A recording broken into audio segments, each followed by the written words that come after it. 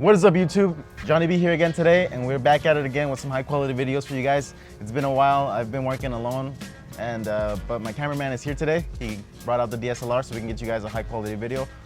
I know why you guys are here. You guys are probably thinking, Johnny, why the heck are you installing Lamborghini doors on a car?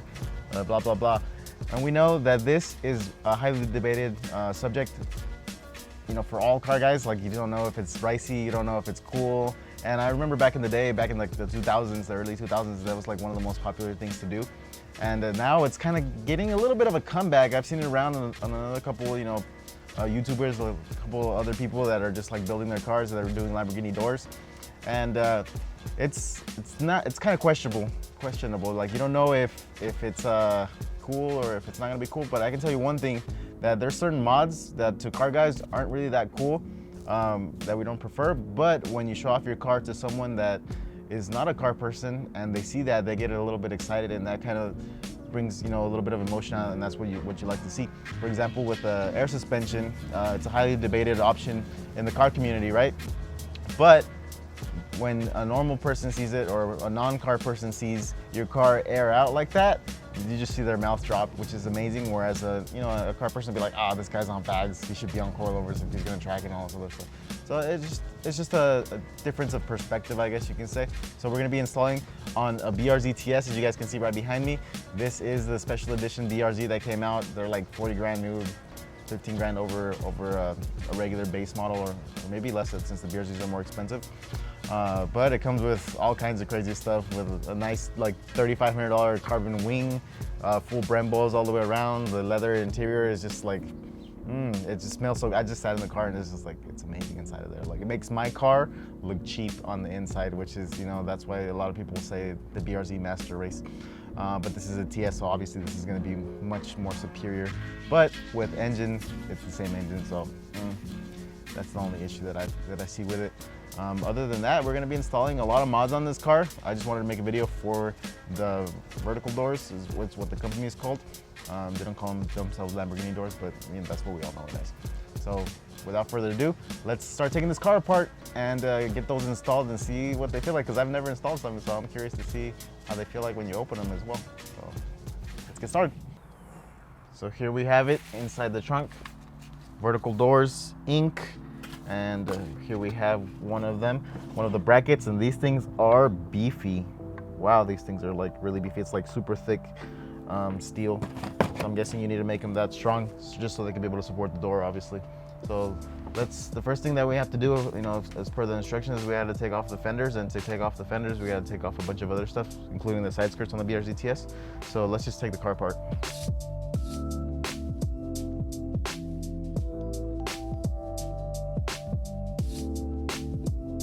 So, got the front bumper off. The whole goal was to remove the fender. So to remove the fender, there's bolts underneath the front bumper. And as soon as the bumper came off, there is a little bracket that holds the headlight that needed to be removed, which holds the fender in place and blah, blah, blah. So the headlight needed to come off as well. And then we got the fender off. So you guys can see there, that was the main goal, just to get the fender off.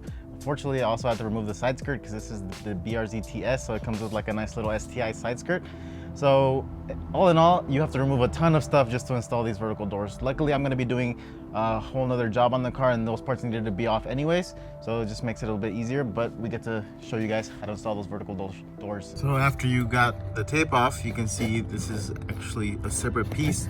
So there's actually a lot of rubber here. It's like, I don't know, Subaru or Toyota like knew that people were going to try to put Lamborghini doors on the cars, so they extended the rubber piece so that the wires would never be exposed no matter how much you pull them out. It's pretty crazy to think that, you know, they thought of this ahead, but you know, you see it with the new Supra, where they're doing things where people know they're going to make mods for ahead of time. So that's kind of cool. So now we got to go inside and take off the door panel. So we're going to start off by removing the Phillips bolt in there, and then there's two underneath this piece as well. So let's go ahead and do that. This part could get a bit scary, but you just kind of pry it from underneath, and then you start pulling on it, and it gets really hard because there's a clip that's right here and clips there, and then at the top it just comes out like that. It's just this little piece that's holding it in place there. Now we can see the bolt there, and the bolt there. Got them all off. And then now, if you stick your hand in here, you can kind of get behind the door panel in this spot. So it's usually typically where I start prying, and then just go all the way around. So you just gotta give it a nice little yank. You hear that clip? That's how you know you undid some of the clips. And you just go all the way around. A little bit difficult with one hand, so let me pop it off real quick. Just lift it up and it unhooks it from the window piece. So this typically right here is where it's hooked, from underneath here. And then one of the things we want to do is disconnect the cables that go to the door opening handle. So they just pop off like that. And then you have this cable here and this one here, and then there's one more down there that's for that light on the bottom of the door that you have to disconnect. The big thing that we have to do inside the door is pretty much extend all this cable so it's a little bit more straight and more of it comes out through the door. I noticed that the most of it is actually from this junction right here. You guys can see it's taped there because that doesn't give it as much length, but this isn't really connected straight to the door piece that goes right there. So most of this rubber right here is going to go into the door.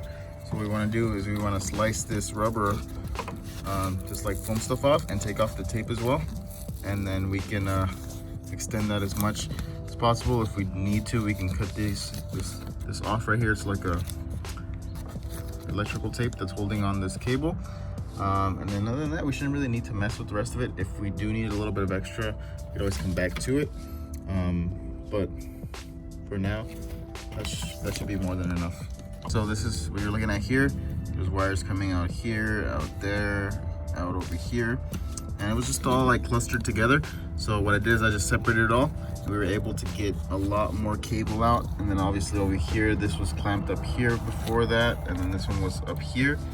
So we just kind of like strained out the cable so we can get as much slack as possible without having to splice the cables to extend them and make them longer. I don't want to do that. Just want to get as much as we can out. One of the things that they tell you is to make sure that you tape up the door and you put a bunch of markings on it so that it doesn't move out of place. Because what we're going to do is we're going to be removing the hinges and replacing it with the vertical doors hinges. So I just put up some tape just to kind of like hold the door, and then obviously it's adjustable, so it shouldn't be that bad. Let's go ahead and remove those hinges. So essentially all we're going to be doing is replacing the door hinges. There's 2 bolts here on this hinge and there's 2 bolts on the bottom one holding onto the frame of the car, and then there is 2 bolts here and 2 bolts here, so 4 bolts and 4 bolts holding each of the pieces. So we're going to remove the hinges, remove the bolts obviously, and then we're going to be replacing those hinges with the actual vertical door piece, which is right here. It's a bit heavy. So same thing, same concept. You see these 2 bolts going onto the frame and then 2 bolts going onto the door. And then that's literally what's gonna be having the door open up like that vertically.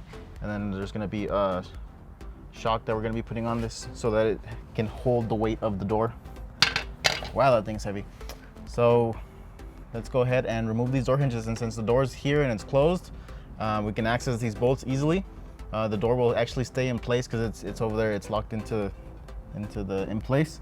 So it shouldn't fall off, and then you might want to just kind of hold it here while you're doing this stuff. So let's go ahead and remove both of these hinges.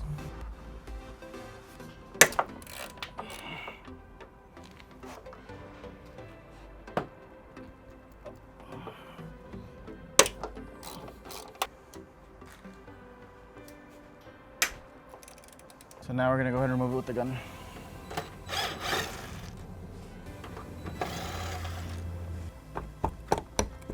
A little bit glued on there, so we just gotta get that glue off and it'll pop right off.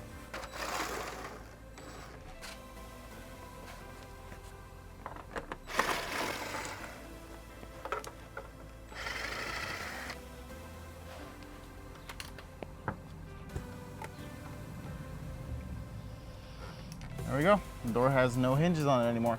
Looks like it fell a little bit, so I'm just gonna have to hold it up as I'm bolting on the new door hinge. So let's get the hardware ready to go. I believe that it comes with new hardware because the bolts are a bit longer. You need that extra length to be able to go the thickness of the actual new bracket. So let's find out what the hardware we need is, and then we'll put that on. One thing I forgot to mention is that when you are removing the interior door panel and extending the wires, you want to remove this little plastic bracket that goes from this bolt to the door, which pretty much just makes it so you can't slam the door and so it holds it open. You're gonna need to remove that because that won't work with the vertical doors. If you're having trouble closing the door after you've put on the bracket, this little piece here is adjustable and you can make it raise or lower the door so that way it lines up perfectly with the hinge on the back side of it. Now that we've done all that, next step is to go ahead and install this little hydraulic shock that they provide. That's gonna go in here on the bottom, and then it's gonna bolt here. And you're gonna want to put some Loctite on that bolt as well so that it doesn't come off, because that's like your primary bolt that holds it up. So you're gonna need a hand for this one. You're gonna need someone that holds the door all the way open while you put the shock in. So make sure you have someone to help you out with that. There you go. So I just gave it a slight little dent just so it's not smacking on there, because what it does is that this all moves when the door closes, so it like pressures the door to not close properly. So you want to make sure that it's not touching that. And that's how it all ends up looking. And then one last thing that we need to do is the fender on the inside needs to be chopped up before you put the fender back on. So let me show you what needs to be cut. You're gonna have to cut all along this and then probably leave this spot here, because all this is gonna be interfering with the vertical door bracket and with the wires. So this is all has to be chopped up to here, and then what you can do is just give it a little bit of paint match or some type of paint so it doesn't rust. In my case, we're going to be painting the body kit at the same time, so that's not going to be an issue to paint that after we're done chopping the fender from the inside as well. And the door is closing very nicely. One of the things I did was put a tape there to kind of measure it. And that's what you want to be able to do. So then when you bring it over here, it opens up, and then you just kind of give it a little push and it goes up. So there's the door all the way up, and looking good.